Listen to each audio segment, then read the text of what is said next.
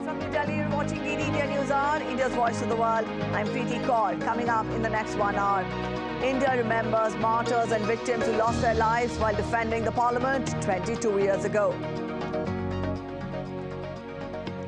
UN General Assembly overwhelmingly demands Gaza ceasefire. India votes in favor of draft resolution. 10 countries, including US and Israel, vote against it.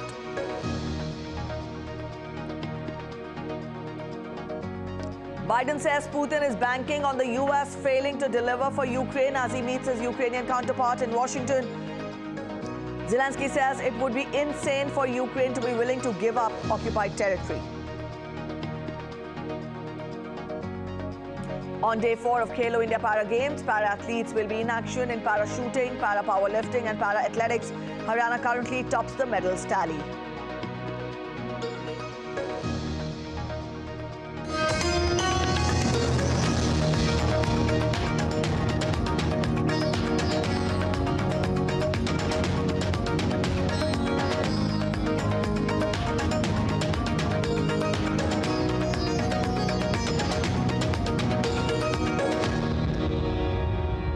The deadly terror attack on Indian Parliament 22 years ago shook the country. Today, India pays tribute to the martyrs who made the ultimate sacrifice while preventing the attack. Indian Prime Minister Narendra Modi will be paying the floral tributes to the martyrs. In the tragic incident, 9 people were killed and 18 were injured, including 6 Delhi police and 2 Parliament security officials. One of the attackers wore a suicide vest that exploded after he was shot. This explosion killed him and the other 4 terrorists. The main suspects of the terror attack were identified as Afzal Guru and his cousin Shaukat Hussain Guru. In 2013, Afzal Guru was condemned to death and hanged in Tihar jail. And now we get you a quick look at what is lined up in the winter session of Parliament today. In Lok Sabha, that is the lower house of Parliament, Finance Minister Nirmala Sitharaman will introduce the Central Goods and Services Tax, Second Amendment Bill 2023, and the Provisional Collection of Taxes Bill 2023. Besides, Communications Minister Ashnavi Vaishnav will introduce the Post Office Amendment Bill 2023 for consideration and passage. Now, this bill has already been passed by the Rajya Sabha, that is the upper house of the Parliament. When we talk of the legislative business to be taken up in Rajya Sabha, then Law Minister Arjun Ram Meghwal will introduce the Repealing and Amending Bill 2023 for consideration and passage. Also, Education Minister Dharmendra Pradhan will introduce the Central Universities Amendment Bill 2023 to the legislators. Lok Sabha has already passed the bill.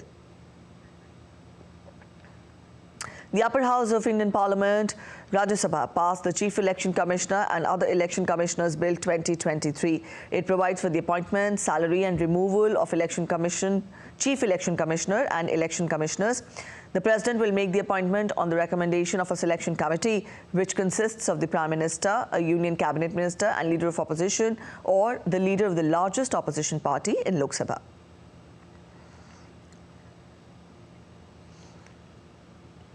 DD India correspondent Vikas Sarthi joins us from New Delhi to get us more. Vikas, we've just given a broad outline of the legislative business that is to be taken up in both the houses of Parliament today. Let us understand from you the significance of this business and how do we expect the day to be in Parliament today?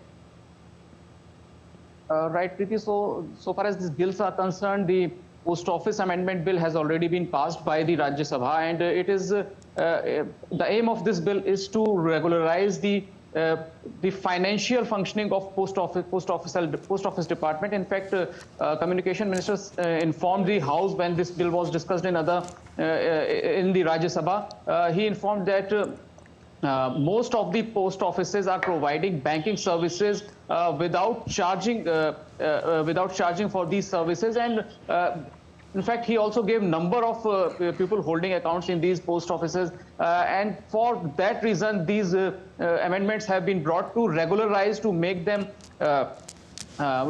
more legally sound schemes. So the aim of this bill is to strengthen post office department. Apart from it, during the discussion, it was informed that there is no plan to privatize Indian Postal Department in any way. So we will see that kind of discussion today in the Lok Sabha as well. As far as the Central Universities Amendment Bill is concerned, this bill will provide that there will be a first central tribal university in Telangana, and it will be dedicated to studies related to our tribal communities. The demand for such kind of university has long been pending, and this bill has also been passed by the other house. So these two bills will be discussed by the Parliament today. But before these proceedings, we are aware that it's the 22nd anniversary of the Parliament attack. We saw that. There was a direct attack on Temple of Democracy, and in fact 9 brave hearts saved our Parliament while they laid their lives in protecting the Parliament premises. So in the morning we will see that a number of MPs and Prime Minister as well will pay their tribute to those 9 martyrs in the Parliament premises, and later on these business in both the houses will take place. Yes, indeed, the nation remembers the sacrifice made by the martyrs in the Parliament attack that was made 22 years ago. Thank you so much, Vikas, for joining in with those details. Let's get you international updates now. The international community has overwhelmingly backed a resolution at the United Nations calling for an immediate humanitarian ceasefire in Gaza. The move comes after the US vetoed a similar resolution at the UN Security Council last week. William Denslow gets us the details from UN headquarters in New York. The support for this resolution was resounding. 153 nations voting at the UN General Assembly Hall, voting in favour of a resolution that demands the immediate humanitarian ceasefire in Gaza. This comes after a similar resolution was vetoed by the United States at the UN Security Council late last week. The US at the time saying that such a ceasefire would essentially give Hamas the time to regroup, and that's why they're against that move. 153 in favor, 10 against, 23 abstentions. Draft Resolution A/ES10/L27 has been adopted. Significantly as well, the United States did offer an amendment to the resolution that was rejected. This called essentially for Hamas to be named and shamed in the resolution. Linda Thomas-Greenfield, the US ambassador to the UN, saying that why is it so difficult for the international community to call out Hamas for the atrocities they committed on October 7th. The humanitarian situation in Gaza is dire and requires urgent and sustained attention.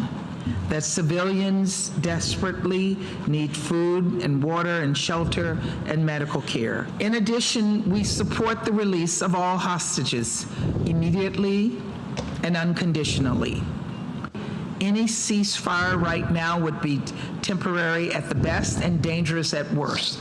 Dangerous to Israelis, who would be subject to relentless attacks, and also dangerous to Palestinians, who deserve the chance to build a better future for themselves, free from Hamas.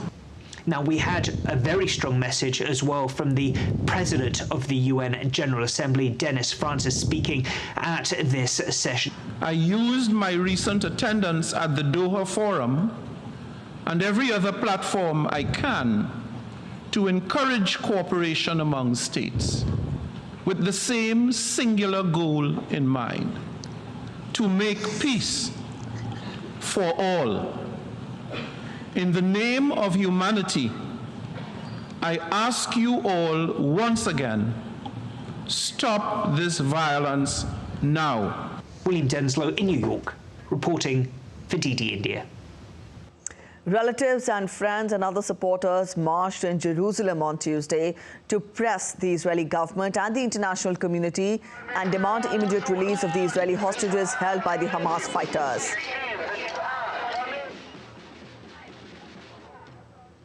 We're here today to ask the government to immediately bring everybody back. We would like them to go to negotiation immediately. There isn't any time. Our people, our families are there alone in the cold. We want them back home. There isn't any time. They're dying there. There isn't any time. Bring them home now. Israeli troops recovered the bodies of 2 hostages seized by Hamas gunmen in brutal conditions. IDF Special Forces recovered the bodies of 2 Israeli hostages. during a complex hostage rescue operation in Gaza. 27-year-old Eden Zecharia, who was taken hostage by Hamas from the Nova Music Festival, and 36-year-old Command Sergeant Major Ziv Dado, who was taken hostage while on active duty. Sadly, we did not reach them in time. Our special forces located the bodies of the hostage inside an underground infrastructure in a densely populated area in Gaza.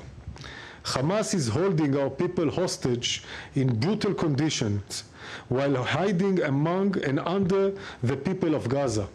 Among and under the people of Gaza. This makes our hostage rescue operation in Gaza complex, but it will not deter us from our mission, our duty to rescue our hostages from Hamas. Let's get you updates on Russia-Ukraine war now. U.S. President Joe Biden has urged Congress to approve billions of dollars for Ukraine, warning that not to do so would be a Christmas gift for Russia's leader. Biden met with Ukrainian President Volodymyr Zelensky at the White House on Tuesday amid a funding fight which has seen Republicans refuse to support extra assistance for Kyiv. Nick Harper gets us the details from Washington. US President Joe Biden used his remarks in the Oval Office and in the subsequent press conference to attack Republicans who are blocking new aid to Ukraine. He argued that Russia would be emboldened by the deadlock on Capitol Hill, adding history will judge harshly those who turn their back on freedom's cause. At issue, conservative Republican lawmakers demand to allocate significant funding to strengthen security at the US-Mexico border. Without that, they say they're unwilling to support new funding for Ukraine. Biden noted that Russian TV had celebrated the Senate's failure last week to pass a bill, the television host pointing out it was good for Russia. In an obvious dig at Republicans, Biden said, if you're being celebrated by Russian propagandists, it's probably time to rethink what you're doing. The American people, Democrats and Republicans, alike, I think, understand this, and they understand the very real fight that's going on right now. In the winter, this winter, Putin plans once again to bombard Ukraine's electric grid, intends to, with rockets, plunging families into darkness in the coldest part of the year, and doing great damage. We can't and won't let him succeed. We mustn't let him succeed in that. Mr. President, I called on Congress to do the right thing, to stand with Ukraine and to stand up for freedom. Ukraine is gradually becoming less dependent on aid, and we are moving to the right, I think, right direction, and I want to discuss with the President how to strengthen it, especially enhancing our air defense and ability to destroy Russia's logistics. Our goals for 24 are clear: take away Russia's superiority and disrupt their offensive operations. But with US lawmakers leaving Washington at the end of this week for the holidays and not returning until the new year, there's a race on to pass new legislation and new funding as soon as possible. Biden urged Congress to approve the money this week, saying if they didn't, they'd be giving Putin the greatest Christmas gift they could possibly give him. Meanwhile, the US Treasury announced new sanctions on more than 150 individuals and entities that the US says is allegedly helping Russia's military. The US says that those who've been blacklisted have supplied technology, tools and equipment to help Moscow in its fight against Kiev. One small win, Zelensky leaves Washington with an additional $200 million, money Congress has already approved and that Biden is now releasing to Kiev. But it's nowhere near the more than $60 billion that Biden had asked Congress to approve. Nick Harper in Washington, reporting for DD India. U.S. Senate Republican leader Mitch McConnell said on Tuesday that it would be practically impossible for Congress to pass a supplemental funding package containing aid for Ukraine before Christmas, even if a deal was struck in the coming days. McConnell told reporters that a deal on legislation to aid Ukraine, Israel and the Indo-Pacific will not happen unless President Biden is fully engaged with Senate Republicans in talks aimed at including provisions to restrict migrant crossings at the U.S.-Mexico border. Ukraine's biggest mobile network operator, Kyivstar, was hit on Tuesday by the largest cyber attack of the war with Russia so far, knocking out mobile and internet services for millions and the air raid alert system in parts of Kyiv region. Russian hacktivist group Killnet put out a statement on social media claiming responsibility for the attack. They did not provide any evidence for their claim. Ukraine's Kyivstar, which has 24 million subscribers, in a statement said that it had restored some services and hoped that all its operations would be back to normal on Wednesday. Its CEO, Alexander Komarev, said the attack was a result of the war with Russia. We have been hit as a result of this war. The aim was to damage infrastructure. I can say they partially reached the aim, thanks to the response by Kyivstar employees. I have to explain, significantly damaged infrastructure, limited access, we could not counter it at the virtual level, so we shut down Kyivstar physically to limit the enemy's access to Kyivstar infrastructure.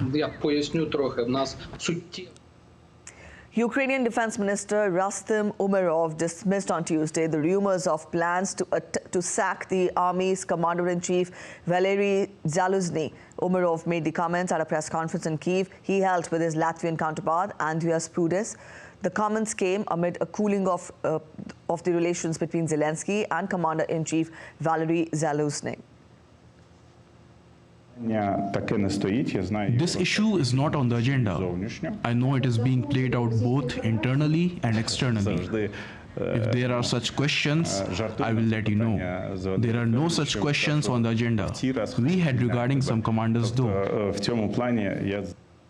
We're heading for a short break, but still to come on this edition of DD India News Hour. COP28 ends without a concrete conclusion on decision on phasing out fossil fuels across the globe. Chinese President Xi Jinping on a two-day visit to Vietnam. And 3 microquakes shook Mexico's city.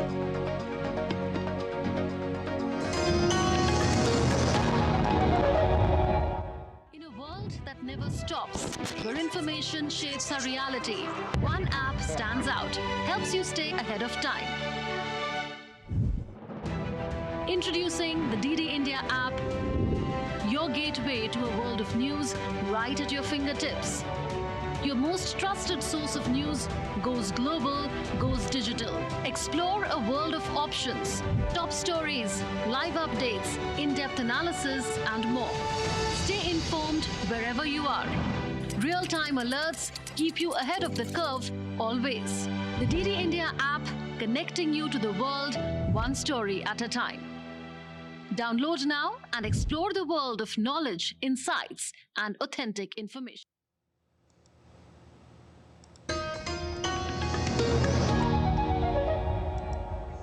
Welcome back after the break. You're watching DD India News Hour. Let's continue getting you more international updates. A decision on phasing out fossil fuels across the globe is unlikely to happen at this stage at the COP28 summit in Dubai. Even winning the support of all governments without far more clarity and support for finance and clean technology for developing countries appear quite an uphill task. Strong pushback from oil and gas producing nations in the Middle East, African, Asian and Latin American countries categorically said that they could not embark on such a journey without clear guarantees of international support.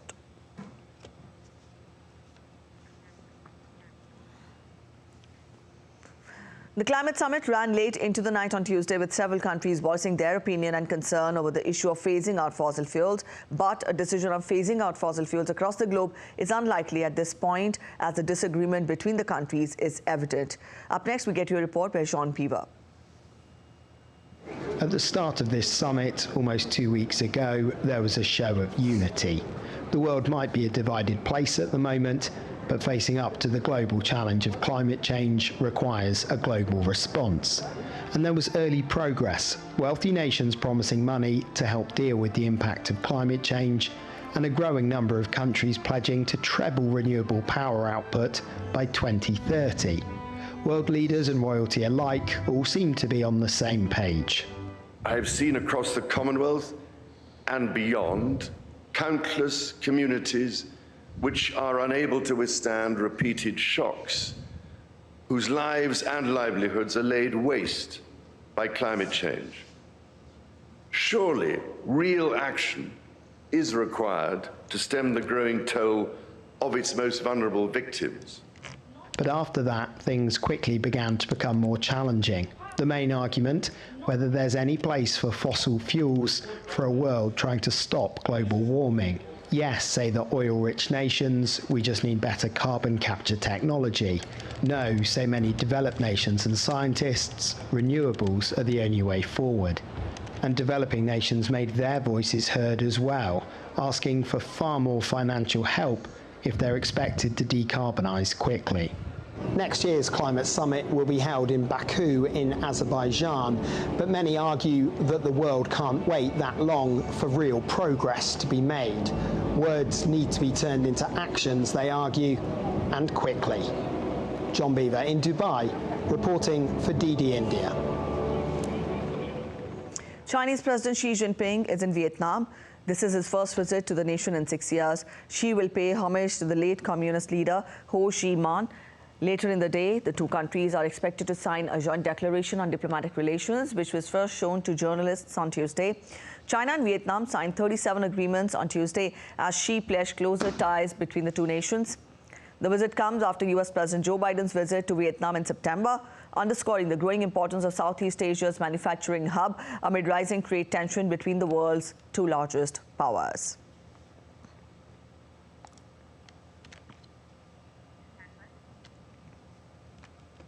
DD India correspondent Andrew Wood joins us from Hong Kong. Andrew, good morning.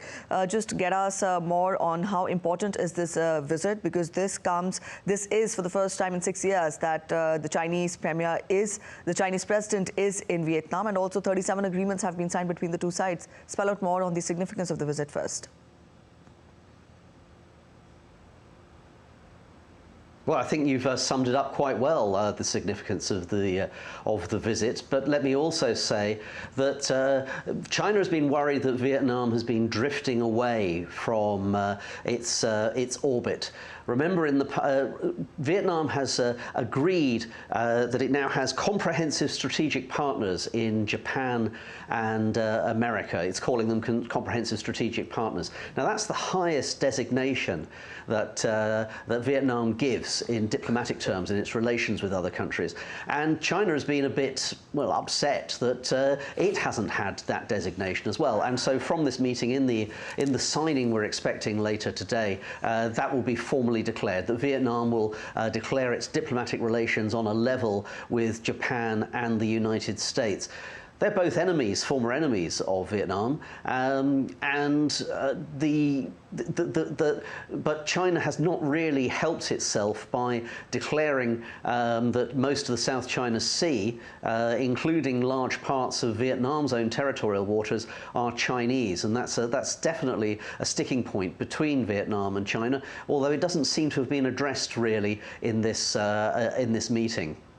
All right, Andrew, also we know that Vietnam has long pursued a bamboo diplomacy approach, striving to stay on good terms with both the US and China.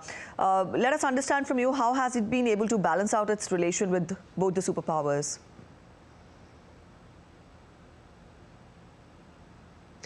I think Vietnam is actually a very confident country in many ways. Remember, in the 1950s, they defeated the French, the colonial power, a nuclear power, and became independent. In the 1960s and 70s, they defeated America in the Vietnam War. And in 1979, China invaded, another nuclear power, and the Vietnamese managed to defeat China as well. So they have a lot of confidence. I think now, although in some ways you might think they have a lot of similarities, a lot of things in common. They're both run by communist parties. They're neighbours. They're both developing countries that have developed rapidly over the past 20 or 30 years, although China is ahead.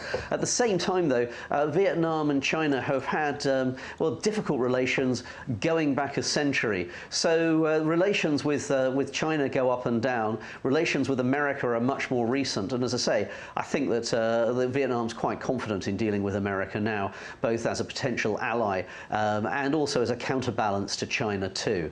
All right, Andrew, we leave it here. Thank you for joining in with those details. And from Vietnam, we now turn focus to Japan. Japanese Prime Minister Fumio Kishida plans to replace 4 cabinet members who were embroiled in a political fund scandal involving the largest faction in his main ruling Liberal Democratic Party. Japanese Prime Minister is expected to make the move today, aiming to reshuffle the cabinet. Prime Minister Kishida is set to address media on Tuesday for end of parliamentary year press conference to explain the future steps. Earlier, a top Japanese minister, Hirokazu Matsuno, at the center of allegations of missing funds, survived a no-confidence motion. Local media has reported Matsuno is among 4 cabinet ministers who could be replaced. Chris Gilbert is joining us from Tokyo to get us more. Chris, get us the confirmation on Fumio Kishida planning a cabinet reshuffle, and if so, can we get details of the cabinet ministers who might be ousted?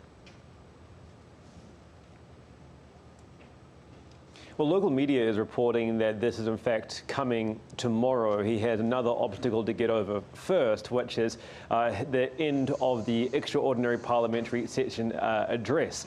He has to get up in front of the entire parliament and the country, this evening, local time, Wednesday in Japan, to tout the accomplishments of his government over the last few months. And he has this huge scandal hanging over his entire government. We have already, just an hour ago, had the first official fall on their sword. That's the policy chief, Hagiuda. He is the first to resign, saying, with other, cabinet ministers in the firing line, him continuing is simply untenable. Coming up potentially tomorrow, it is slated that you mentioned the Chief Cabinet Secretary Matsuno. He is the face of the administration. He is the one that meets the press twice a day, and so he is the most visible. He is potentially in the firing line, as are the ministers of agriculture, internal affairs, and industry and trade. But look, let's remember that the Prime Minister's faction of the ruling party is embroiled in this too. This is largely going to stretch into the new year for this government, and the sharks are already circling for the Prime Minister as well. The local media here saying the early signs of the end of his leadership of the government. All right, Chris, also help us understand, will the move somewhat stabilize support for Kishida, which is in fact, in some polls, this is the lowest for a Japanese premier in more than a decade now?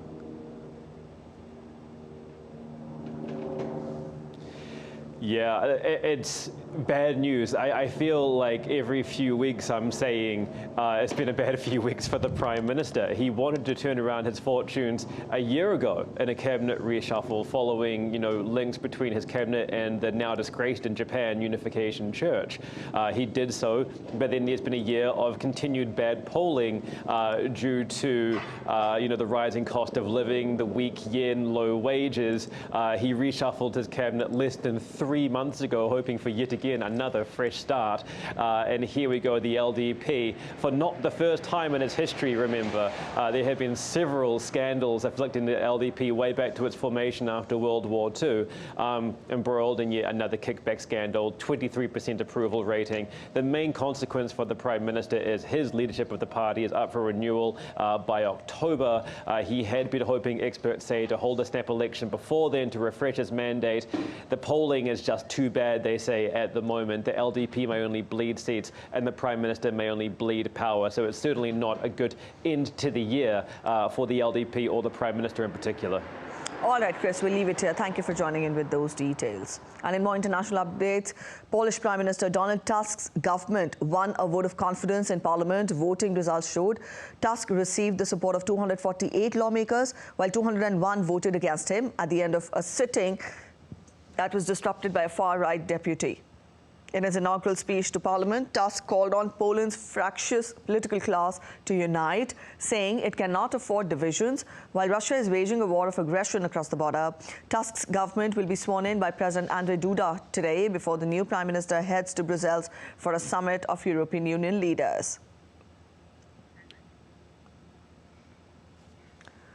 We now take a look at other stories making it to the headlines from across the world.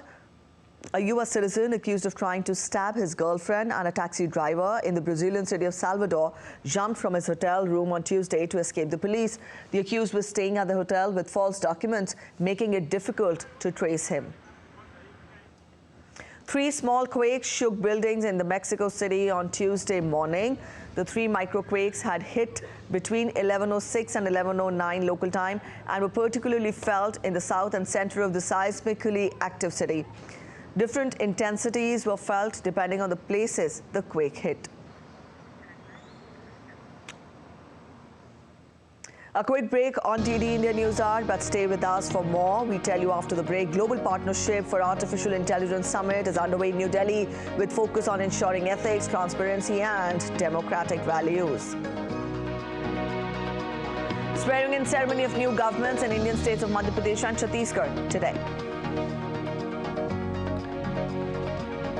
And 6-member central team arrives to assess flood impact by Cyclone Mibjong in Chennai.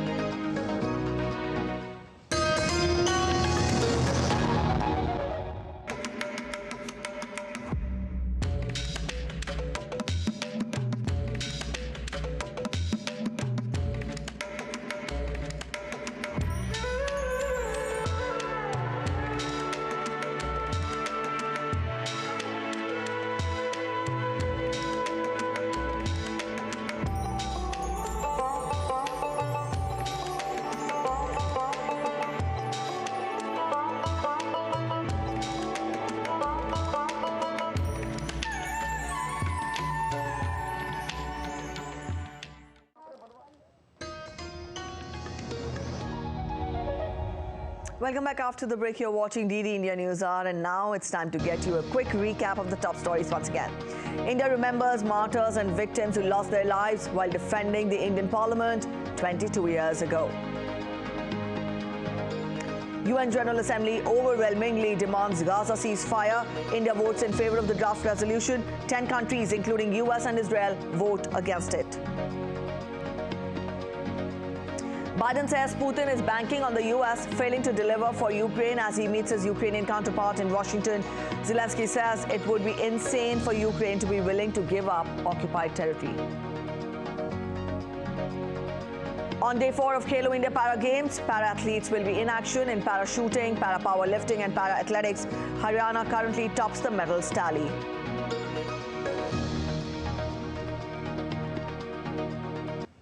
The UK government has won a crucial vote on a controversial plan to send some asylum seekers to Rwanda to have their claims processed there. But several MPs from the governing Conservative Party abstained from voting and say that they'll try to amend the legislation next year. DD India's Ollie Barrett reports from London. This is just the first stage, really, of this legislation going through Parliament in the UK. And so while this can be seen in some ways as a victory for Rishi Sunak, there are certainly potential problems further down the line still to come. A series of his own Conservative MPs abstained in this vote, saying that they hope that the government will toughen this legislation further down the parliamentary process. But on the left and the moderate centre wing of the Conservative Party, quite a lot of Conservative MPs are saying, well, if this legislation is toughened any further, then we won't be able to support it anymore. So the Prime Minister still has a huge battle on his hands, seeing this legislation finally passed when it gets back to Parliament early next year. He insists that it's a policy that can work, it's legislation that is nearly watertight, and that therefore planes can get up and running in the new year to Rwanda with asylum seekers on board, and that this scheme therefore can begin to work as a deterrent against illegal migration. Critics of the policy say it simply won't work. The opposition Labour Party calls it a gimmick.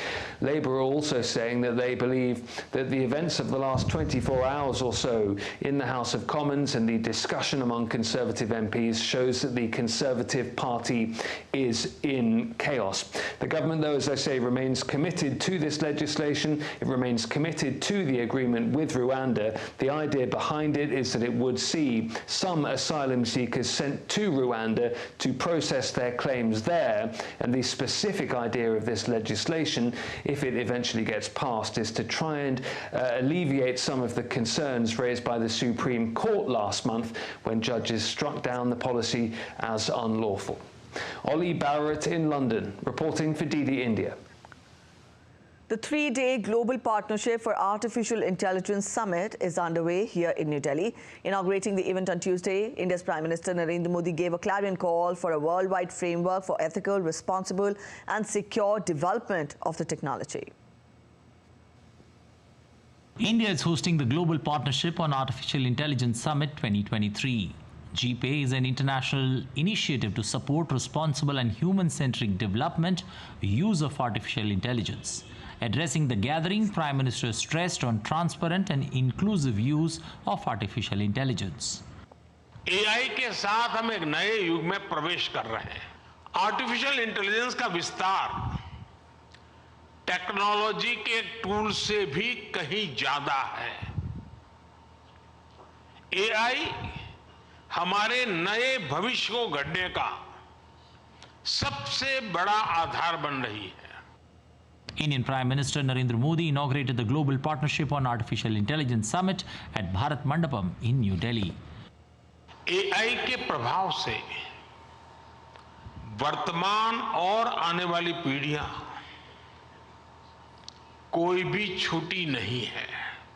हमें बहुत सतर्कता के साथ, बहुत सावधानी के साथ आगे बढ़ना है। Prime Minister Modi also spoke on the dangers of artificial intelligence. AI 21वीं सदी में विकास का सबसे बड़ा टूल बन सकता है और 21वीं सदी को तबाह करने में भी सबसे बड़ी भूमिका निभा भी सकता है। डीप फेक का चैलेंज आज पूरी दुनिया के सामने है। इसके अलावा साइबर सिक्योरिटी, डेटा थेफ्ट और आतंकियों के हाथ में AI टूल्स के आने का भी बहुत बड़ा खतरा है। Earlier, Prime Minister visited a special expo at the summit. The expo presents the work of leading startups in the domain. AI is something that can be negative and positive as well. And for that, I want to check out like how we can learn from it. What are the things that we can get from it? I like the part where a lot of more jobs can be created through AI. If I can make my audience aware about AI, and even one person's life can change, I think that's a very great thing. And they are trying to do it on a larger scale. I like that about the conference. GPay Summit 2023 is focusing on 4 core themes: responsible AI, data governance, future of work, innovation, and commercialization. India's leadership at the summit is expected to steer global deliberations on AI towards democratizing its use for public good. At the Global Partnership on Artificial Intelligence Summit, Prime Minister Narendra Modi presented a vision for sustainable use of AI. In the next couple of days, AI stakeholders from across the world will deliberate and work towards an actionable agenda. With camera person Sumit Dhiman, Shubhendu Ghosh for DD India in Delhi. Famed investor Warren Buffett had said at a company meeting that you cannot uninvent it. But there's growing worry about the role artificial intelligence will play in the future. According to a recent Pew Research survey, over half of Americans are more concerned than excited by the technology, with challenges ranging from data privacy to job displacement. Patrick Falk explores some of the issues at stake and looks at what's being done to address them. It's estimated today that there are more than 1 billion security cameras worldwide. They're tracking and recording every move and every moment. With the advent of artificial intelligence, experts say we're seeing a seismic shift towards autonomous surveillance systems with the ability to process vast amounts of data and identify patterns and anomalies to create a new world of possibilities for law enforcement and security. It's also ripe for abuse. This was one of the key sticking points on a European Union rulebook to regulate AI. Europe has positioned itself as a pioneer. Members reached a provisional deal on Friday to move forward with the legislation. They agreed governments can only use real-time biometric surveillance in public spaces to prevent specific threats like terrorist attacks or to search for suspects in serious crimes. This is yes, I believe, a historic day. Untargeted scraping of facial images on the internet to create facial recognition databases or social scoring based on social behavior, for example, are banned. The draft rules paved the way for the EU to become the first major world power to enact laws governing AI. But not everyone is happy. Rights groups say the deal effectively means the EU has taken a step towards legalizing live public facial recognition. For many people, that's a step backwards in privacy protection. According to Pew Research, data privacy is the leading concern among Americans when it comes to the negative impacts of artificial intelligence. It's just one of a myriad challenges in setting guardrails to prevent misuse of the technology. But AI is already revolutionizing industries, and the clock is ticking for governments to set standards on everything from the dissemination of information to ethics and more. It'll be unthinkable not to have intelligence integrated into every product and service. It'll just be an expected, obvious thing. According to Bloomberg Intelligence, the generative AI market could be worth as much as $1.3 trillion in the next 10 years. That's compared to a market size of about $40 billion in 2022. And it covers an array of industries. But with so much at risk, governments must balance the benefits and address the issues at stake without stifling opportunity. I think there are huge possibilities, and I'm concerned that so much of the conversation is negative rather than looking also at the same time as some of the incredible ways of harnessing this never-before-seen power, which could be a huge, huge boost. The European Union's AI Act could act as a blueprint for countries around the world to enact legislation, but there's likely still a long road to go before comprehensive and effective regulation falls into place. Patrick Fogg in Singapore for DD India. Back home, the new chief ministers of Indian states of Chhattisgarh and Madhya Pradesh will take oath on Wednesday. BJP's Mohan Yadav will take oath as Chief Minister of Madhya Pradesh, while Vishnu Dev Sai will take oath as the Chief Minister of Chhattisgarh. Prime Minister Narendra Modi will attend the swearing-in ceremonies of the newly elected chief ministers. Union Home Minister Amit Shah and BJP President JP Nadda are also likely to attend the swearing-in ceremony. Let's take a look at other stories which are making it to the headlines from across India. A large number of devotees reached the Sabrimala temple in the South Indian state of Kerala. The annual 41-day Mandala Makaravilakku pilgrimage, which started on November 16th, is witnessing a huge rush this season. Many devotees are reaching to the Ayyappa shrine from other states, also including Karnataka and Tamil Nadu. The Indian Navy on Tuesday organized a beating retreat ceremony at the Gateway of India in Mumbai. The Indian Navy is celebrating the Navy Week 2023. The event began on December 11th and will continue till December 14th. Various events have been organized by the Indian Navy to mark the celebrations. Central Board of Secondary Education released the date sheets for Class 10th and 12th Board Examination 2024. The date sheets were released on its official website, cbsc.nic.in. According to the board, the examination is scheduled to begin on 15th February next year and will continue until 2nd April 2024. Heavy snowfall has been witnessed in the Himalayan state of Uttarakhand. The famous snow spot Oli region in Chamoli district was covered in a fresh blanket of snow. Oli is India's premier ski resort destination. Originally developed as a paramilitary base, Oli's skiing slopes are popular among tourists and professionals alike. In winter, Oli hosts several snow adventure events. In the southern Indian state of Tamil Nadu, 6-member Central Committee undertook an extensive inspection of the aftermath caused by Cyclone Mibjong. Before their visit, the team held a consultation session with Tamil Nadu Chief Secretary at the Chennai Secretariat. Upon arrival, the committee split into 2 teams to assess the impact across rain-affected areas. One team scrutinized North Chennai, Central Chennai, Avadi and Thiruvallur districts, while the other focused on South Chennai, Chengalpattu and Kanchipuram. Accompanying the central team were officials from Tamil Nadu government, municipal corporation representatives and dedicated district collectors.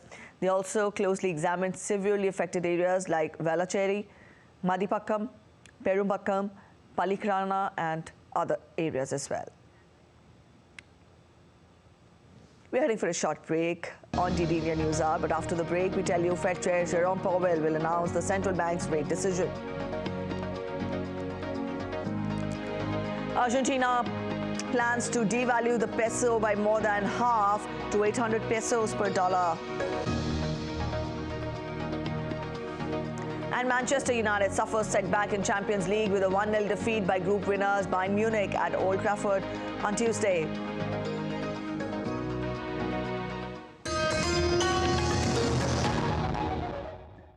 In a world that never stops, where information shapes our reality, one app stands out, helps you stay ahead of time. Introducing the DD India app, your gateway to a world of news right at your fingertips. Your most trusted source of news goes global, goes digital. Explore a world of options, top stories, live updates, in-depth analysis, and more. Stay informed wherever you are. Real-time alerts keep you ahead of the curve always. The DD India app, connecting you to the world one story at a time. Download now and explore the world of knowledge, insights, and authentic information. We just don't bring you the news as it unfolds. We get to the heart of the matter. We don't just present facts. We demystify complex social, political, and economic events. We break stories that shape the world's present and future because you deserve the truth. I am Tanvi Taneja from New Delhi. I'm Ollie Barrett from London. I'm Nick Harper from Washington, D.C. Join us on DD India Global Monday to Friday at these times.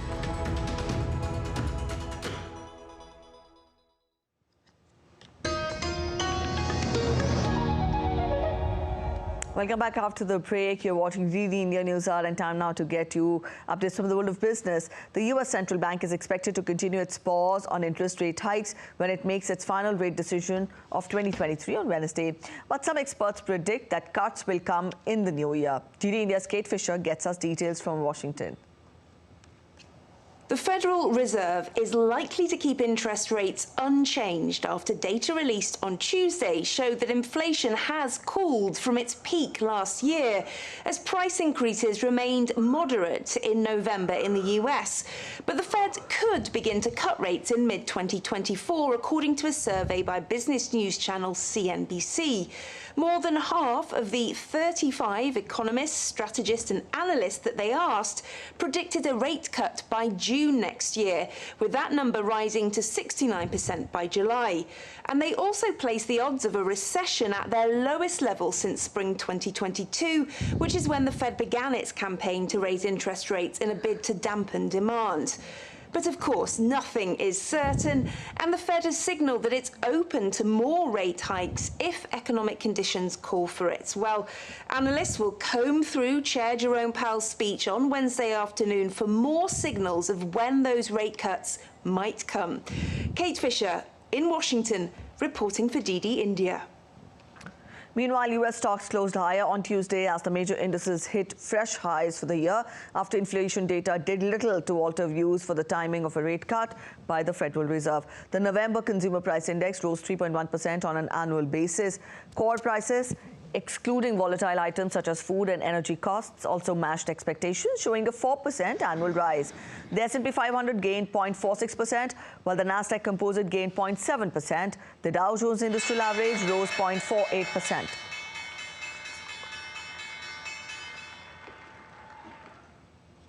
Argentina's new economy minister, Luis Caputo, said on Tuesday that the country will devalue the peso by more than half to 800 pesos per dollar. This will reduce energy subsidies, scrap tenders for public works, and reduce the size of the government as an economic shock therapy to address the country's worst crisis in decades. Caputo said that it would be painful in the short term, but is necessary to cut the budget deficit and reduce inflation. He also said that the government will aim to eliminate export tariffs gradually, something farmers have been asking for years now. The Argentine Central Bank is also expected to announce monetary policy, its reference interest rate and debt measure on Wednesday.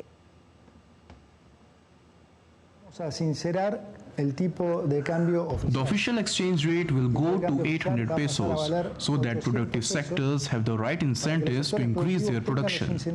This will be accompanied by a temporary increase in the country's tax on imports and withholding taxes on non-agricultural exports. In this way, exporters benefit with a better price, and we equalize the tax burden for all sectors and stop discriminating against the agricultural sector. The International Monetary Fund has praised Argentina's new bold economic plans, which include a sharp peso devaluation and cuts in government spending. The IMF said that a successful implementation of the program will help to stabilize the economy and lay the foundation for more sustainable private sector-led growth in the country. After business, let's turn focus to sports updates now. South Africa defeated India in the rain-interrupted second T20 international by 5 wickets on Tuesday. South Africa won the toss and put India to bat first. India were 180 for 7 in 19.3 overs before rain came pouring down hard on the field. Rinku Singh scored an unbeaten 68 runs, while captain Suryakumar Yadav scored 56 runs. India's innings did not continue afterwards, and South Africa were given a target of 152 to chase in 15 overs. Reza Hendricks led from the front with a quick-fire 49, followed by Aiden Markram's cameo, which propelled Proteas to victory. With the win, the Proteas took an unassailable 1-0 lead in the 3-match series. The first T20 international was washed out due to rain in Centurion. The series decider will take place on Thursday. Let's get to updates from the first ever edition of Khelo India Para Games now.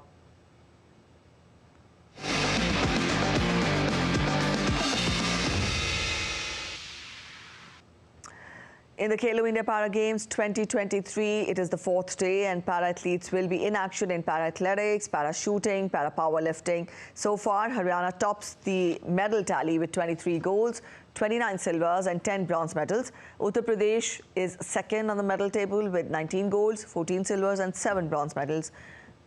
Khelo India Para Games is the latest addition to the Government of India's Khelo India initiative, which also includes the Khelo India Youth Games, Khelo India University Games and Khelo India Winter Games.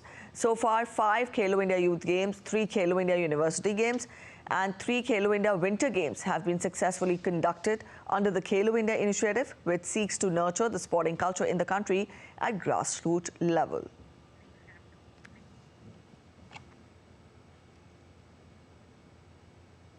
The first ever edition of Khelo India Para Games is witnessing a lot of applause from the sports fraternity. From providing much needed opportunity to para-athletes to making the best infrastructure available, the Khelo India Para Games is truly a game changer.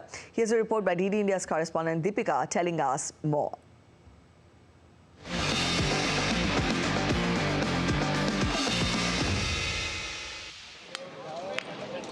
The inaugural edition of Khelo India Para Games is receiving a lot of applause from not only the para players but international athletes and sports fans as well.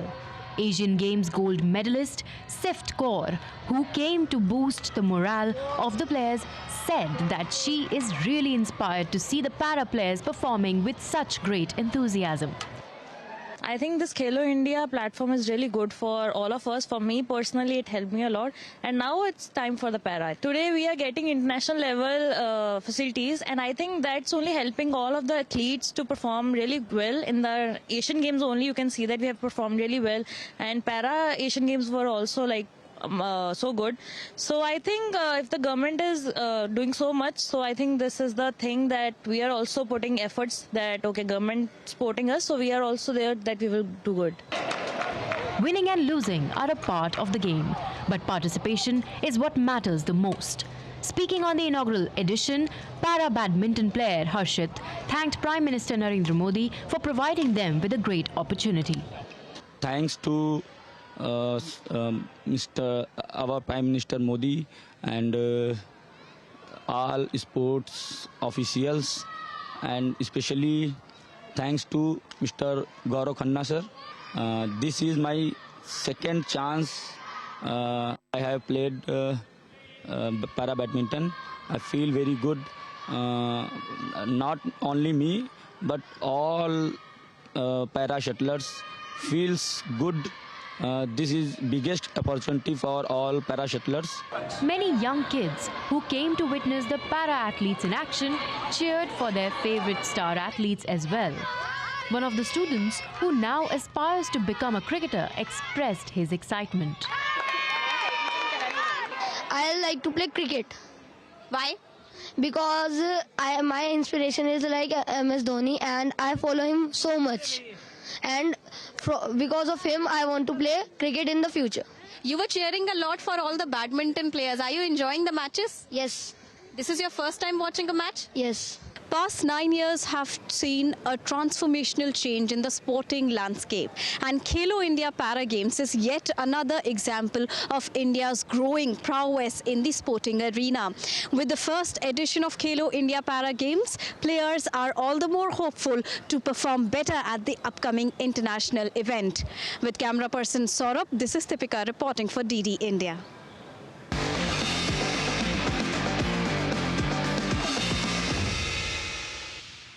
All right, from Khelo India Para Games to soccer now. Manchester United's slim chance of a Champions League last 16 spot ended with a 1-0 defeat by group winners Bayern Munich at Old Trafford on Tuesday, piling more misery on Erik ten Hag's beleaguered team in an already rocky season. The three-time European champions needed to beat Bayern in their group stage finale and hope Copenhagen's game against visiting Galatasaray ended in a draw. Neither happened as Kingsley Coman slotted home from close range in the 70th minute for Bayern, who were unbeaten in Group A to finish with 16 points. United have just 4 points, with their 4th place finish meeting not even a Europa League playoff berth as consolation. Copenhagen won 1-0 in Denmark to finish with 8 points and reach the Champions League knockout round, while Galatasaray took a Europa League playoff spot in the third with 5 points.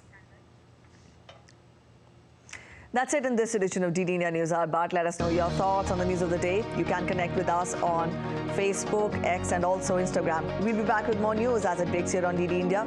I'm Preeti Kaur signing off, and from all of us here in Delhi, thanks for watching DD India News Hour.